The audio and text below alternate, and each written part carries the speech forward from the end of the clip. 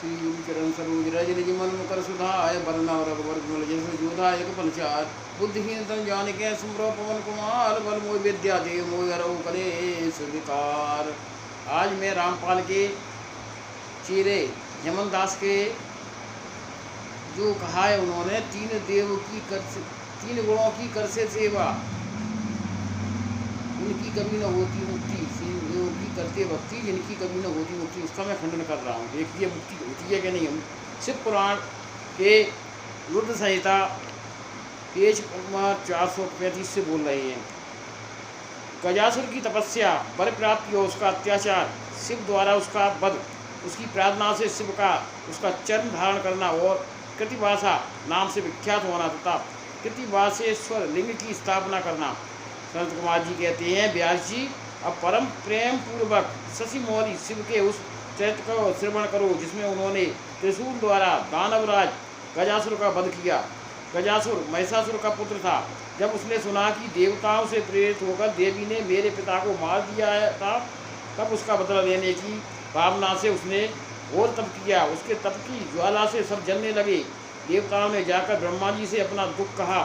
तब ब्रह्मा जी ने उसके सामने प्रकट होकर उसके प्रार्थनानुसार उसे वरदान दे दिया कि वह काम के बस होने पर किसी भी स्त्री या पुरुष कोई नहीं मरेगा, महाबली और सबसे अजय होगा। वर पाकर वह गर्भ में भर गया। सब दिशाओं तथा सब लोकपालों के स्थानों पर उसने अधिकार कर लिया। अंत में भगवान शंकर की राजधानी आनंदवन काशी में जाकर वह सबको सताने लगा। देवताओं ने भगवान शंकर से प्रार्थना की। शंकर काम विजयी हैं। उन्होंने घोर युद्ध में उसे हराकर त्रिशूल में पिरो लिया। तब उसने भगवान शंकर का स्तमन किया। शंकर ने उस पर प्रसन्न होकर इच्छित वर मांगने को कहा। तब गजासुर ने कहा, दिगंबर स्वरूप महेशान, यदि आप मुझ पर प्रसन्न हैं तो अपने त्रिशूल की अग्नि से पवित्र हुए मेरे इस चर्म को आप सदा धारण किए रहें। वो मैं पूर्ण गंधों की निधि हूँ, इसलिए मेरा यह चर्म चिरकाल तक उग्र तप रूपी अग्नि की ज्वाला में पड़कर भी दग्ध नहीं हुआ है।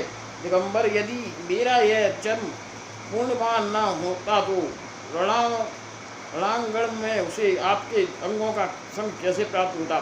शंकर, यदि आप पुष्ट हैं तो मुझे यह दूसरा वर और दीजिए। वह यह कि आज से आपका नाम कृतिवासा विख्यात हो जाए। संत कुमार जी कहते हैं, मुने गजासुर की बात सुनकर भक्तवत्सल शंकर ने परम प्रसन्नतापूर्वक महिषासुर नंदन गज से कहा, तथास्तु, अच्छा ऐसा ही होगा। तदंतर प्रसन्नात्मा भक्तिप्रिय महिषान उस दानवराज गज से, जिसका मन भक्ति के कारण निर्मल हो गया था, उन्हें बोले। ईश्वर ने कहा, दानवराज, ऐसा राज तेरा यह पावन शरीर मेरे इस मुक्ति साधक क्षेत्र काशी में मुक्ति मिलती है, वहीं का वर्णन मेरे लिंग के रूप में स्थित हो जाए। इसका नाम कृतिवासेश्वर होगा। यह समस्त प्राणियों के लिए मुक्तिदाता, महान पातकों का विनाशक, संपूर्ण लिंगों में शिरोमणि तथा मोक्ष प्रदान होगा। मोक्ष प्राप्त होता कहते हैं 3 गुणों की करते भक्ति। ये गुण नहीं है, भगवान हमारे गुणों से ऊपर है, परे है, उससे बहुत ऊपर है।